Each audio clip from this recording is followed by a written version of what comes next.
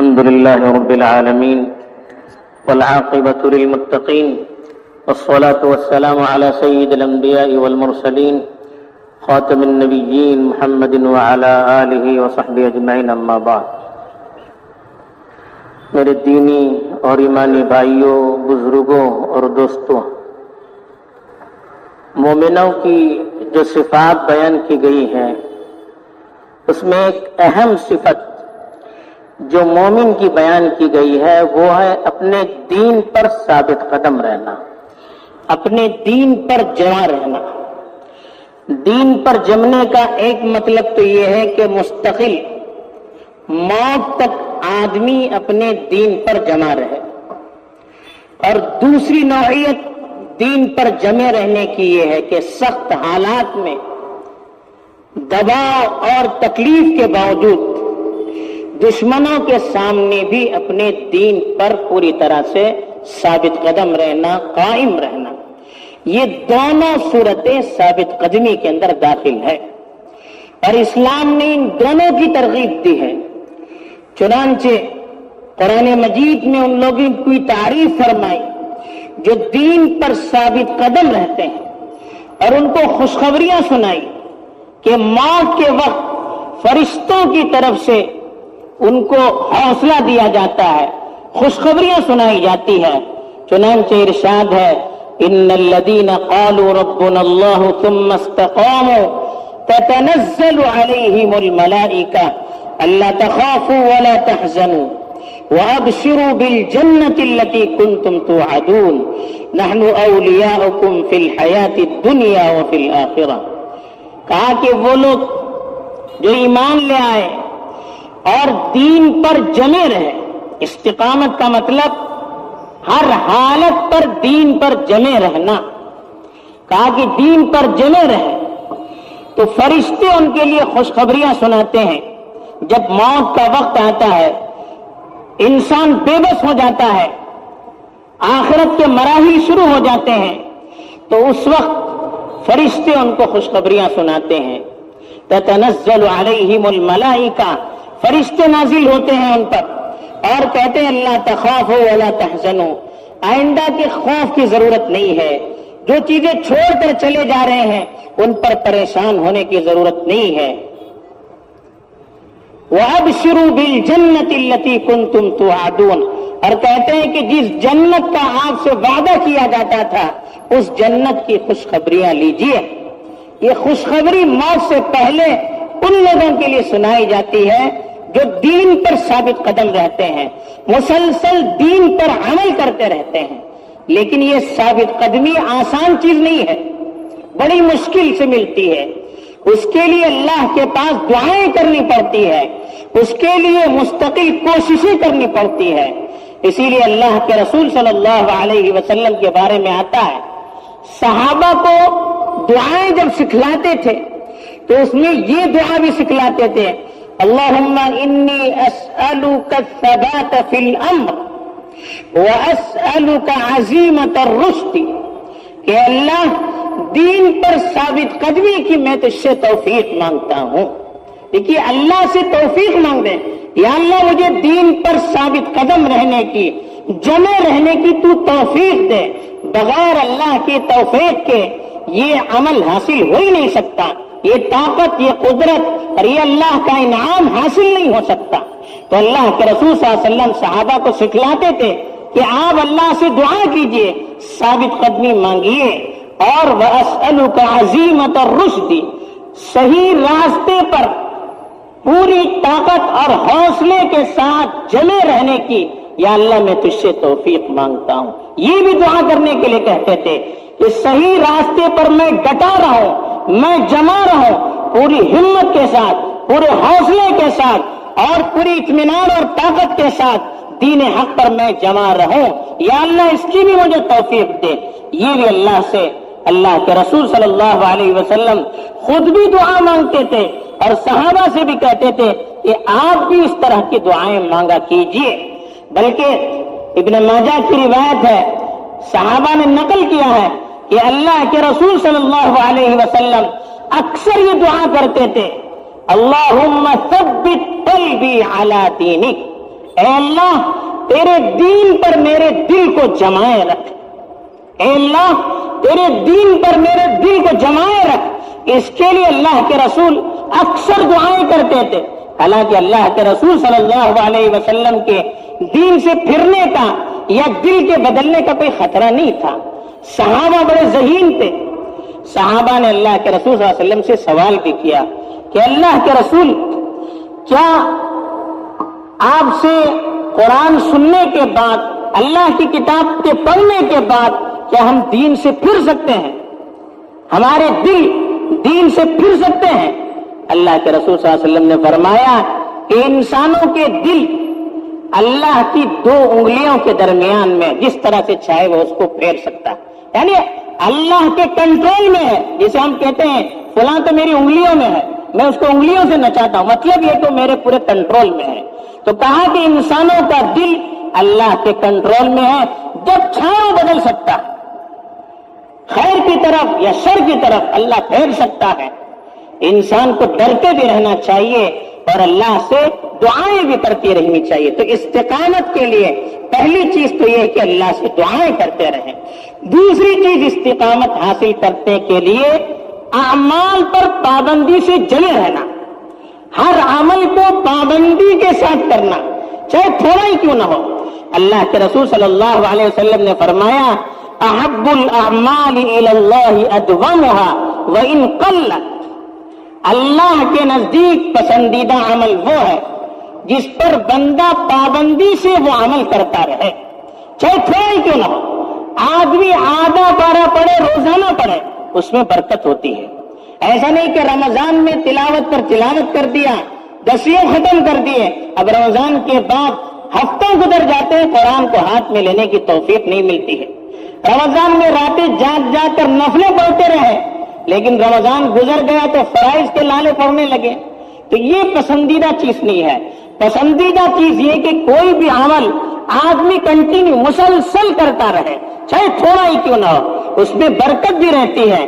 دیکھیے پانی کا قطرہ گرتا ہے کسی پتریلی زمین پر، آگے پانی کے قطرے کی کوئی قدر و قیمت نہیں ہوتی ہے، لیکن وہی قطرہ گرتا رہتا ہے، گرتا رہتا ہے، گرتا رہتا ہے۔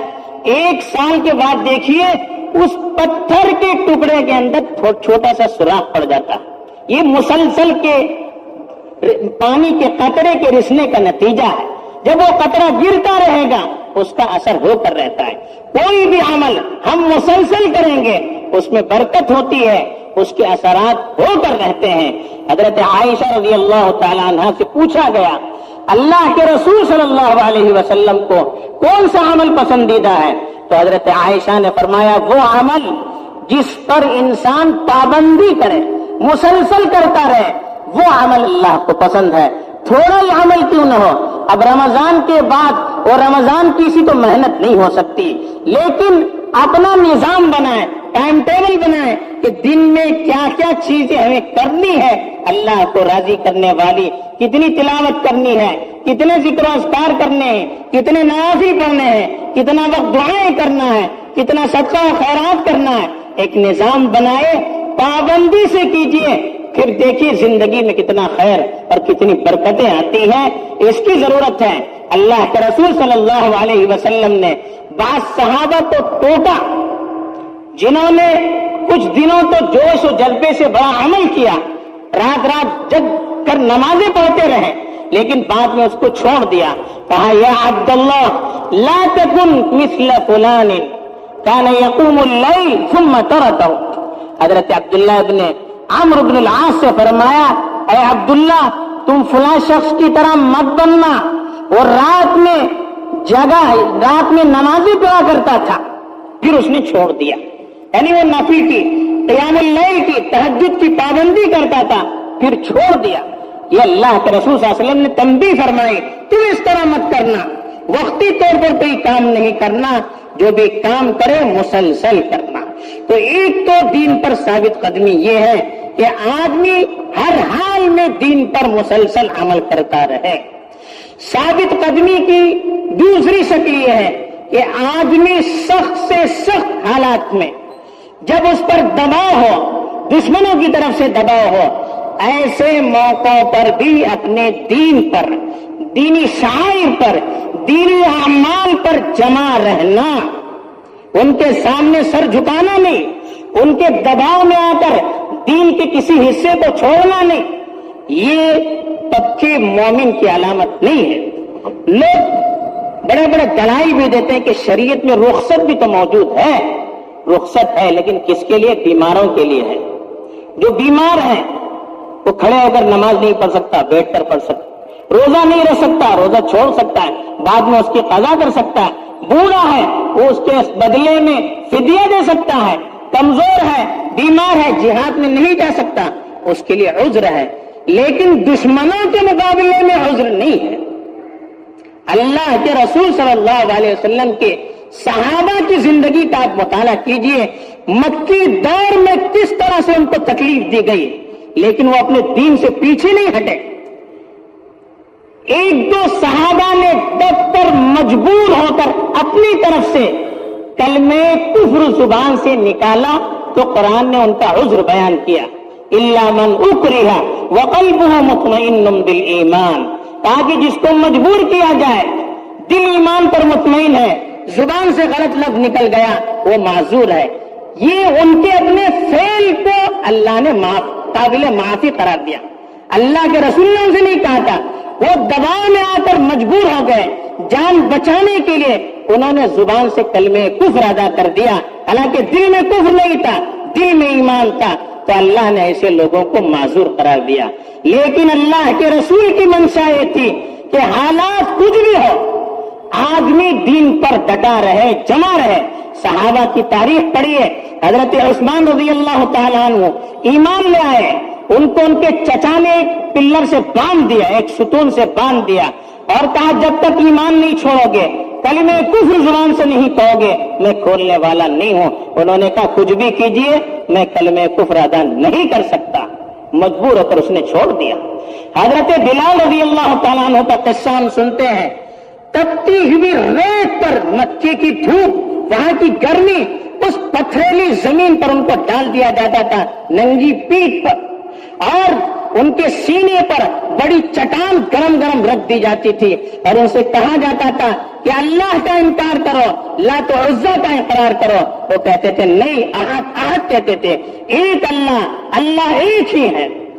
ابن کثیر رحمۃ اللہ علیہ نے لکھا ہے، حضرت بلال نے تو یہاں تک کہہ دیا اگر اس کلمے کے علاوہ کوئی دوسرا ایسا کلمہ ہوتا جس سے کفار کو تکلیف پہنچتی، میں وہ کلمہ کہنے کے لیے بھی تیار ہوتا، اپنی جان تک دینا گوارا تھا، لیکن کلمہ کفر زبان سے ادا کرنے کے لیے تیار نہیں ہے۔ حضرت سعد بن ابی وقاص رضی اللہ تعالیٰ عنہ، ذہنی طور پر ان پر ٹارچر کیا گیا، وہ جب اسلام لے آئے، ان کی ماں نے قسم کھائی کہ جب تک یہ اسلام کو چھوڑیں گے نہیں، کفریہ کلمہ زبان سے ادا نہیں کریں گے، تب تک میں ان سے بات نہیں کروں گی۔ حضرت سعد کو بہت سے لوگوں نے مجبور بھی کیا، کہا نہیں، ماں مر جائے لیکن میں کلمہ کفر زبان سے ادا نہیں کر سکتا۔ یہاں تک کہ قرآن نے آیت نازل کی کہ وَوَصَّيْنَا الْإِنسَانَ بِوَالِدَيْهِ حُسْنًا وَإِنْ جَاهَدَاكَ عَلَىٰ أَن تُشْرِكَ بِي مَا لَيْسَ لَكَ بِهِ عِلْمٌ فَلَا تُطِعْهُمَا۔ ہم نے انسانوں کو ماں باپ کے ساتھ اچھا برتاؤ کرنے کا حکم دیا ہے، لیکن اگر وہ شرک پر آپ کو مجبور کرتے ہیں، آپ ان کی بات مت مانیے، چاہے وہ آپ کے ماں باپ ہی کیوں نہ ہو۔ حضرت سعد بن ابی وقاص کے سپورٹ میں اللہ نے آسمان سے آیت نازل کی۔ ہزاروں واقعات ہیں اس طرح کے۔ حضرت خباب بن الارت خود اپنا واقعہ بیان کرتے ہیں کہ وہ غلام تھے، ان کو ان کی پیٹھ پر لوہا گرم گرم کر کے داغا جاتا تھا اور کہا جاتا تھا کفریہ کلمہ کہو، وہ کہتے نہیں تھے۔ ایک مرتبہ کہتے کہ ہم لوگ مجبور ہو گئے اور اللہ کے رسول صلی اللہ علیہ وسلم کی خدمت میں حاضر ہوئے، اے اللہ کے رسول، دشمنوں کا ظلم و ستم حد سے بڑھ چکا ہے، آپ اللہ سے دعا کیجیے۔ اللہ کے رسول ٹیک لگائے ہوئے تھے کعبے کی طرف، فوراً ٹیک نکال دیا اور کہا تم سے پہلے جو لوگ تھے ان میں سے کچھ لوگوں کو گڑھا کھود کر گڑھے کے اندر ڈال دیا گیا اور ان کے سر پر آنا رکھ کر چیر دیا گیا،